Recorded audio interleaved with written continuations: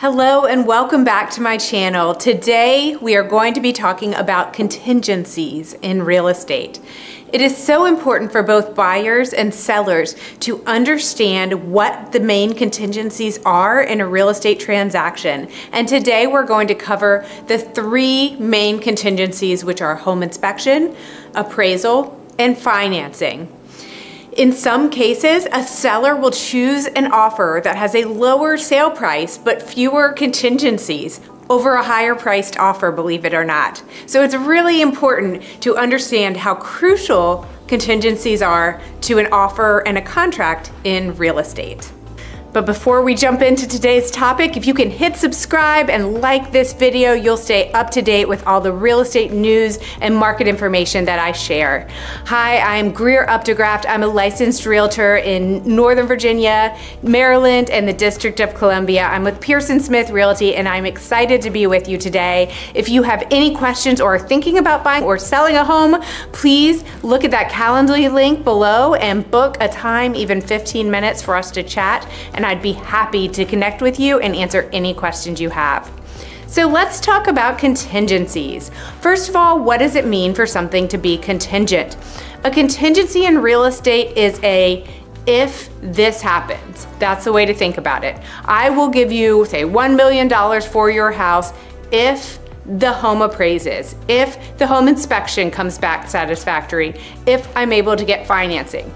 They are a safety net for the buyers, and for the sellers, I think of them as hurdles in a track race. You've got to get over the hurdles and you're likely gonna get to the finish line just fine.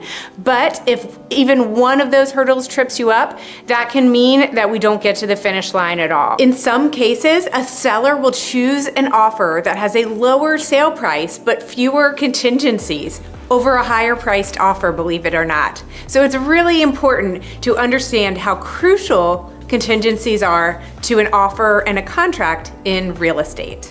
All three of the contingencies that I'm going to talk about today may be a part of the contract. Maybe just one or two of them is, but if any contingency does not play out in a satisfactory way, then the buyer and seller do not get to the settlement table. Keys and cash are not exchanged. So the home inspection contingency is crucial for things that are behind the walls that you might not see on a walkthrough if you're a buyer.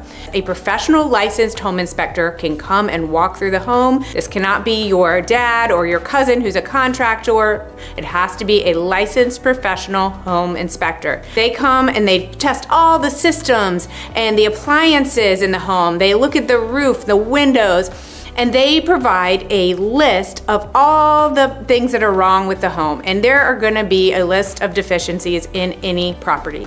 There are two types of home inspection contingencies. There is a void-only home inspection contingency, where the buyer can only void the contract, or there is a right to negotiate repairs, where the buyer can say, Mr. Seller, there is a leak under the sink, and buyer and seller negotiate and can come to an agreement, and the seller either fixes the items or offers a credit, and the transaction continues forward. If the buyer and seller cannot reach an agreement, the buyer has the right to void the contract. The right to negotiate repairs is most protective of the buyer, and it's a little bit risky to the seller because the seller can expect that the buyer is going to come asking for some things to be repaired.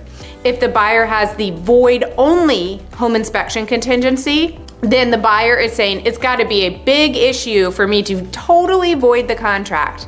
I had some buyers void a contract because the home inspector found some polybutylene piping. This is a type of pipe that's really prone to leaking, and they said, you know, we don't want to move forward for a home that might need to be repiped and could have some water issues, so they voided the contract, got their earnest money deposit back, and were able to walk away from the deal. The next contingency we'll hit on is the financing contingency. This one is pretty straightforward. If there is a financing contingency in the contract, if financing can't be secured from a lender, then the deal is not going through. It's the way that the buyer says, I have to qualify for a mortgage in order to purchase the house. Now, who doesn't have to worry about a financing contingency? A cash buyer.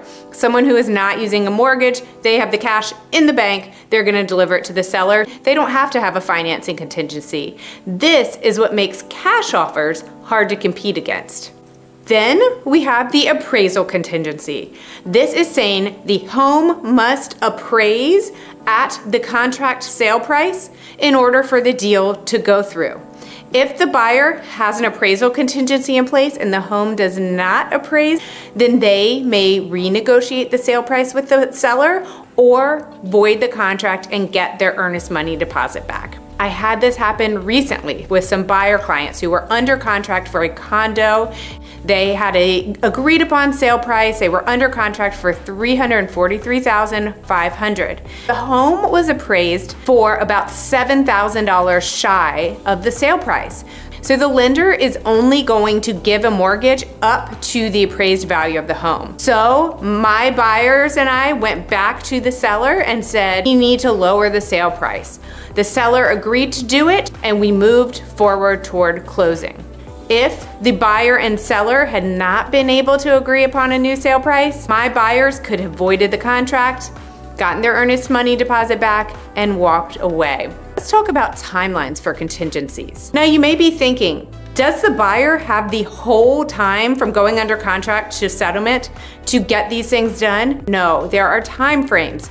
Who decides on the time frame? The buyer. In the offer, the buyer says, I will do my home inspection in X number of days. I will get my financing in X number of days. And of course, like anything else in the real estate transaction, these are negotiable. The seller could say, buyer, I like your sale price, but I don't like your contingencies, and they could counteroffer. Often a home inspection contingency will be in the range of 5 to 7 days. Often an appraisal contingency might be 14 to 21 days. And then that financing contingency can be anywhere from, say, 15 to 21 days. These timeframes, of course, are a general guideline. Your realtor could give you a sense of what is most competitive in your hyper-local market or what the best timelines are for you. You definitely want to check with your lender as well, especially with that financing and appraisal contingency. You want to make sure they can get their work done in the time frame that you are saying they will be able to.